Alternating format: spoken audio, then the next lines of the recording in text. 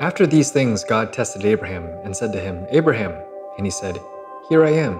He said, "Take your son, your only son Isaac, whom you love, and go to the land of Moriah, and offer him there as a burnt offering on one of the mountains of which I shall tell you." So Abraham rose early in the morning, saddled his donkey, and took 2 of his young men with him and his son Isaac. And he cut the wood for the burnt offering, and arose and went to the place of which God had told him. On the 3rd day Abraham lifted up his eyes and saw the place from afar.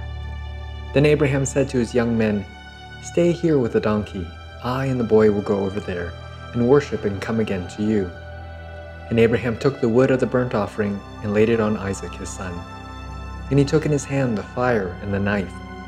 So they went both of them together. And Isaac said to his father Abraham, "My father." And he said, "Here I am, my son." He said, "Behold, the fire and the wood, but where is the lamb for a burnt offering?" Abraham said, "God will provide for himself the lamb for a burnt offering, my son." So they went both of them together. When they came to the place of which God had told him, Abraham built the altar there, and laid the wood in order, and bound Isaac his son, and laid him on the altar on top of the wood. Then Abraham reached out his hand and took the knife to slaughter his son. But the angel of the Lord called to him from heaven and said, "Abraham, Abraham!" And he said, "Here I am." He said, "Do not lay your hand on the boy or do anything to him, for now I know that you fear God, seeing you have not withheld your son, your only son, from me." And Abraham lifted up his eyes and looked, and behold, behind him was a ram, caught in a thicket by his horns. And Abraham went and took the ram and offered it up as a burnt offering instead of his son.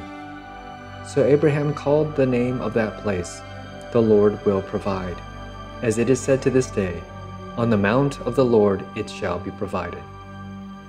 And the angel of the Lord called to Abraham a second time from heaven and said, "By myself I have sworn, declares the Lord, because you have done this and have not withheld your son, your only son, I will surely bless you, and I will surely multiply your offspring as the stars of heaven and as the sand that is on the seashore. And your offspring shall possess the gate of his enemies, and in your offspring shall all the nations of the earth be blessed."